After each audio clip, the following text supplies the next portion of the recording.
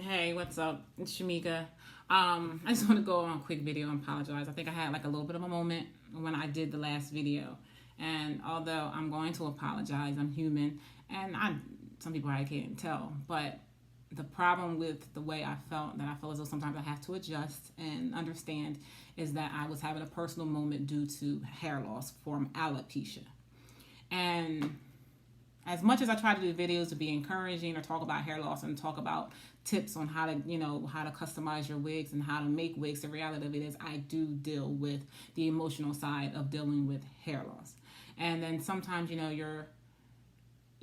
deal with it every single day, right? So, if you decide not to glue it down and the wind blows a little bit hard, you're worrying about hopefully nobody don't see anything that they're not supposed to see, and it doesn't budge, or I have to adjust it if I'm going, say, to an amusement park, which I was just recently at one a couple weeks ago. I'm like holding my head like this.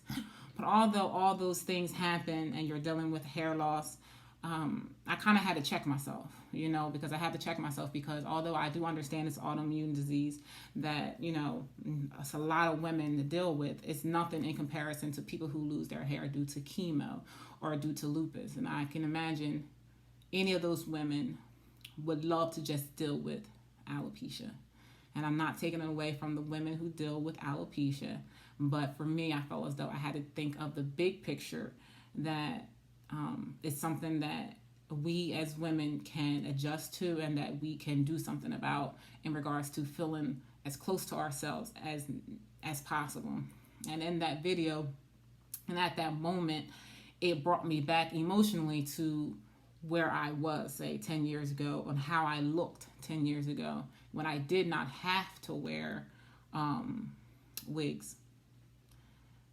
So I just wanted to know, I wanted to say that to clarify that, because I had a moment in that video, but I'm still going to post it because it's still me and it's still real.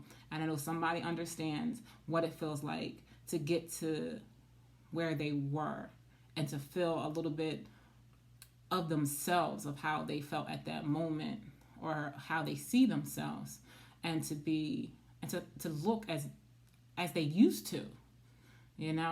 We adjust to it. We live with it, but overall, I gotta check myself on that one, because at the end of the day, I'm here, I'm healthy, and I'm fine, and I just, you just gotta keep praying to, that those moments, I'm hoping to stay strong and to be clear and understand those moments, that is just a moment. That's not my life.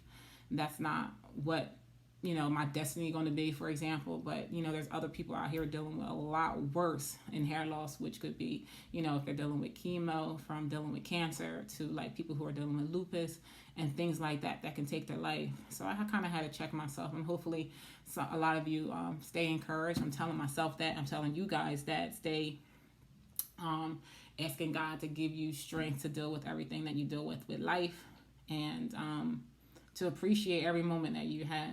And I had to check myself. I'm like, wait a minute, what am I getting emotional for about this?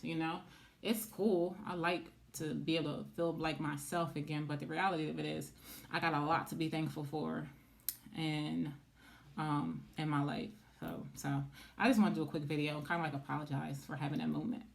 Even though I know I shouldn't have to apologize, but I'm kind of apologizing, because I feel like it could be so much worse, and like things could be so much more worse than that hair, alopecia, because I have my life and I got my health, I got my sanity, I got a roof over my head, and my lights are on. So until next time, everyone, just stay encouraged, keep rocking your crowns, even if it's crooked, even if you need a moment to readjust that bad boy, understand that you are all queens. So until next time, I'll talk to y'all later.